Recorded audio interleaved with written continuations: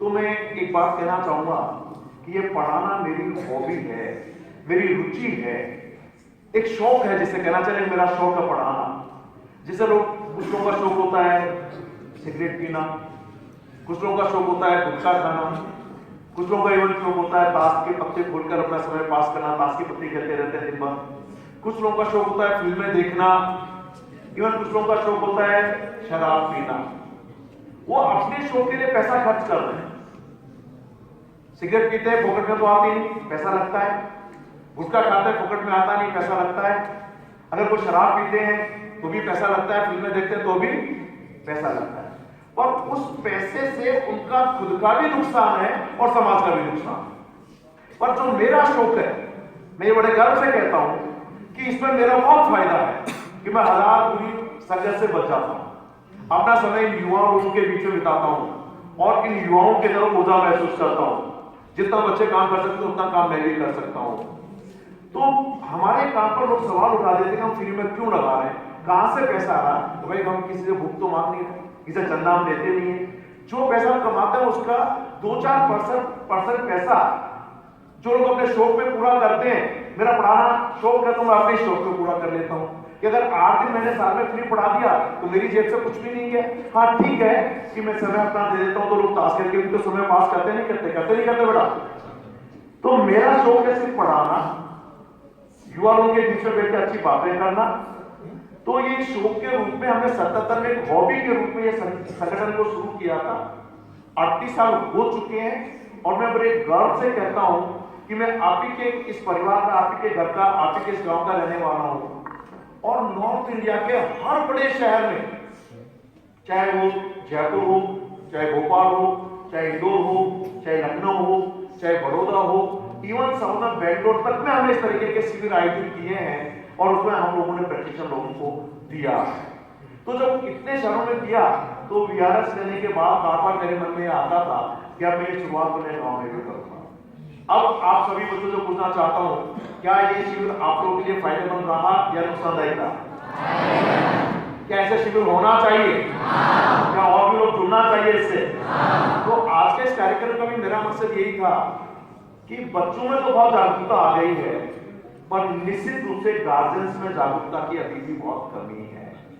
मैंने शायद सभी बच्चों को बोला कि गार्जियंस को बुलाएं। मैंने करीब 100-150 लोगों को फोन करके भी कहा, कार्ड भी हमने छपाए, लेकिन उसकी तुलना में गार्जियंस की संख्या शायद बहुत कम है। बच्चे अपनी जिम्मेदारी समझने लग गए हैं, लेकिन अगर हमें जीवन में आगे बढ़ना है तो गार्जियंस को भी अपनी जिम्मेदारी समझनी पड़ेगी। ये बच्चे केवल हम लोगों से ही सीखते हैं, जो बड़े हैं उनसे ही सीखते हैं। अगर हम इन बच्चों के सामने आदर्श उदाहरण प्रस्तुत करेंगे तो बच्चे भी उसी राह पर चलेंगे कि आज अगर हमने एक कैंप लगाया, गर्मी की छुट्टियों में हम और इस तरीके का आयोजन करेंगे। साथ में हम लोगों ने प्रतियोगी परीक्षाओं के लिए भी, ताकि हमारे क्षेत्र के बच्चे रोजगार पा सकें, बहुत एक टोकन अमाउंट जिसे कहना चाहिए, जहां जयपुर में 10 से 12 हजार फीस लेते हैं, लोकल भी जहां 5 से 6 हजार पर फीस लेते हैं, हम अब एक कुछ बुक्स का पैसा लेकर 3 महीने तक उनको सिर्फ 500 रुपए किताबों में लेकर 3 महीने तक उन्हें गणित, अंग्रेजी, general knowledge, reasoning, general science, इन सबकी क्लासेस लगा रहे हैं ताकि उन्हें कुछ सरकारी नौकरी में भी उनकी भागीदारी बने। तो युवाओं का एक उद्देश्य ये भी है कि रोजगार बच्चों को मिले, अभी से उनके अंदर कुछ जागृति पैदा। और सबसे बड़ा जो हमारा मानना है कि जब तक बच्चों में संस्कार नहीं आएंगे तो उनकी शिक्षा हमेशा अधूरी रहेगी। बात जहां तक संस्कार की है तो संस्कार घर से मिलना शुरू होते हैं, अपने परिवार से मिलना शुरू होते हैं, यानी सबसे पहले माता पिता से संस्कार मिलना शुरू होते हैं। शिक्षा तो भी स्कूल में जाकर मिलना शुरू होती है, पर स्कूली शिक्षा बिना संस्कार के ज्यादा मायने नहीं रखती है। तो हमने साथ में एक कहना चाहिए व्यक्तित्व विकास को लेकर या बच्चों में अच्छे संस्कार आए उस बात को लेकर अभियान शुरू किया। अब बच्चों से हम कहेंगे कि हम संस्कार की बातें करेंगे तो लोग कम आते हैं।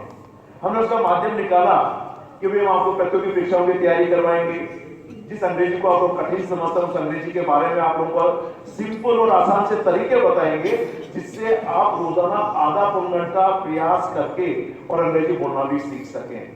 तो उसी का एक परिणाम स्वरूप यह 8 दिन का आज हमारा कैंप यहाँ पर आयोजित हुआ। आज हमारा उसका 9th डे है जिस पर हमें समापन का हमने इसमें क्या, ये समापन नहीं है बल्कि ये मान के चलिए कि 8 दिन के प्रशिक्षण का समापन है। ये अपने क्षेत्र में एक शुरुआत है। अभी पिछले 5 साल में लगभग 25 स्कूलों में हमने सेमिनार आयोजित किए हैं और सभी जगह पर हमें शिक्षकों के साथ साथ बच्चों का बड़ा प्रेरणादायक रिस्पॉन्स मिला है और सभी चाहते हैं कि इस तरीके का आयोजन हो। मैं आपको एक छोटी सी घटना बताना चाहूंगा। हमारे पूर्व सरपंच साहब भी बैठे हैं और समाज के गणमान्य नागरिक भी बैठे हैं कि मध्य प्रदेश में एक सीतापुर छोटा सा गांव है, अपने अजीतगढ़ जैसा ही कस्बा है, उप तहसील है, गांव भी उप तहसील ही है। उस गांव में हमने इस तरीके का प्रशिक्षण शिविर आयोजित किया मेरी पोस्टिंग के दरमियान, लेकिन वहां के 5-6 बच्चों ने साथ में वो जिम्मेदारी ली और जो उन्होंने सीखा उन्होंने उस गांव में आगे बाकी बच्चों को पढ़ाना शुरू कर दिया। और आप विश्वास कीजिए, ये बात मैं आपसे बात कर रहा हूँ 89-90 के आसपास की बात कर रहा हूँ, 90 के आसपास की बात कर रहा हूँ। और उस गांव के बच्चों ने जो कुछ सीखा हमारे यहाँ युवाओं के क्लासेस में आकर अपने गांव में निःशुल्क प्रशिक्षण देना शुरू कर दिया और 3 साल बाद उस गांव में कोई भी ग्रेजुएट बेरोजगार नहीं बचा, क्योंकि 12th पास होते ही वो बच्चे रोजाना क्लासेस में उनको बुला लेते थे और फर्स्ट ईयर से तैयारी करते थे तो स्नातक यानी ग्रेजुएशन करते करते हर बच्चे की नौकरी लग जाया करती थी। मैं भी वही सपना देख रहा हूं कि जब उस गांव में यह चीज हो सकती है तो मेरे गांव में यह चीज क्यों नहीं हो सकती।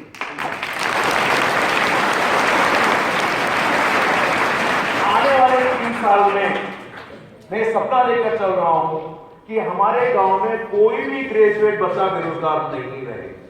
सभी बच्चे, क्यों कि जब तक हमको अच्छा रोजगार नहीं मिलेगा, हम ग्रामीण क्षेत्र के रहने वाले हैं, सरकारी योजनाएं अपनी जगह पर काम कर रही हैं, पर शिक्षा में पढ़ने के लिए अपने अंदर जागृति लाना होगी और केवल शिक्षा से अच्छा रोजगार पाकर ही, क्योंकि एक गांव में अगर 100 लोगों को 1 साल में रोजगार मिल जाता है तो 100 परिवार संपन्न हो गए। 100 परिवार संपन्न हो गए तो पूरे गांव को संपन्न बनाने में सहयोग करेंगे और गांव संपन्न होगा तो पूरा क्षेत्र भी संपन्न बनेगा। तो इस तरीके से शिक्षा के मार्फत रोजगार तक हम लोग पहुंचे ताकि ज्यादा से ज्यादा लोगों को उसके अंदर हमारे गांव की सरपंच आशा जी यहाँ पर हमारे बीच में पर आ चुकी है।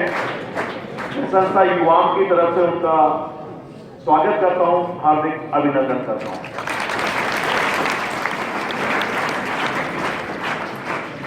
तो मैं चाहता हूं कि जो भी बच्चे यहां पर हैं, अभी जैसे पटवार की जगह निकली हुई है, 4000 वैकेंसी है।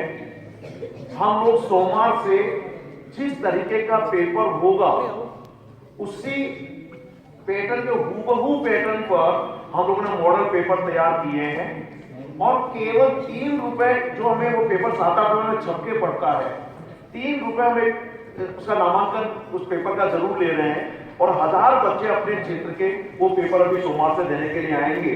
10 पेपर की पूरी सीरीज है। मैं ऐसा मानता हूं कि उन 10 पेपर को करने के बाद बच्चों को पटवारी के जो पद है उसमें निश्चित रूप से चयन के लिए वो एक मील का पत्थर साबित हो गया, ऐसी मैं उम्मीद करता हूं।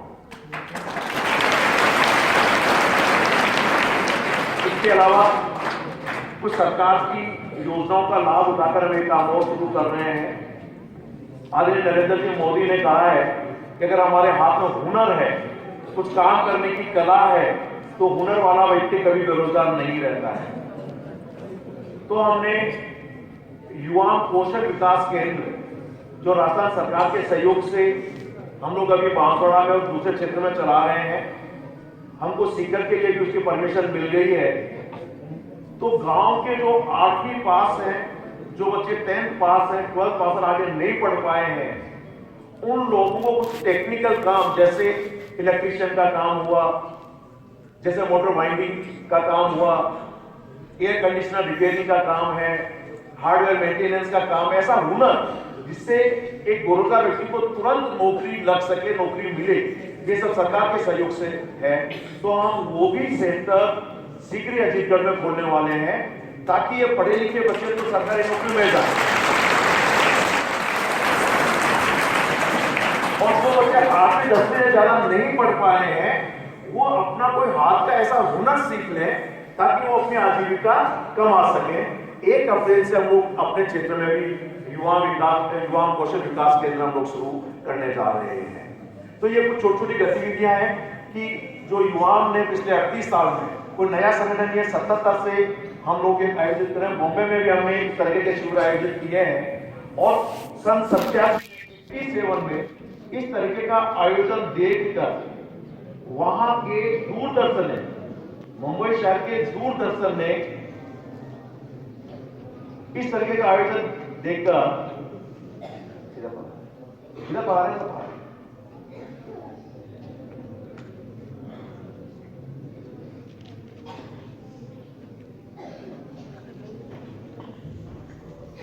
सन 87 में इस तरीके का आयोजन देखकर यहां भी काफी लोगों को बड़ा अजीब सा लगा होगा कि 500 बच्चे एक साथ पढ़कर अंग्रेजी सीख रहे हैं। बॉम्बे में भी ऐसा हुआ और वो तो 87 के बाद बहुत पुरानी बात है। तो वाकईदा वहां के दूरदर्शन ने एक आधा घंटे की युवाओं पर एक डॉक्यूमेंट्री बनाई, युवा एक रचनात्मक कदम, और वो टीवी में लगातार 1 महीने तक 4-5 बार प्रसारित किया गया। क्योंकि जब लीक से हटके कोई काम होता तो उनके मन में कुछ जिज्ञासा जरूर उठती है कि ऐसा ये लोग क्यों कर रहे हैं।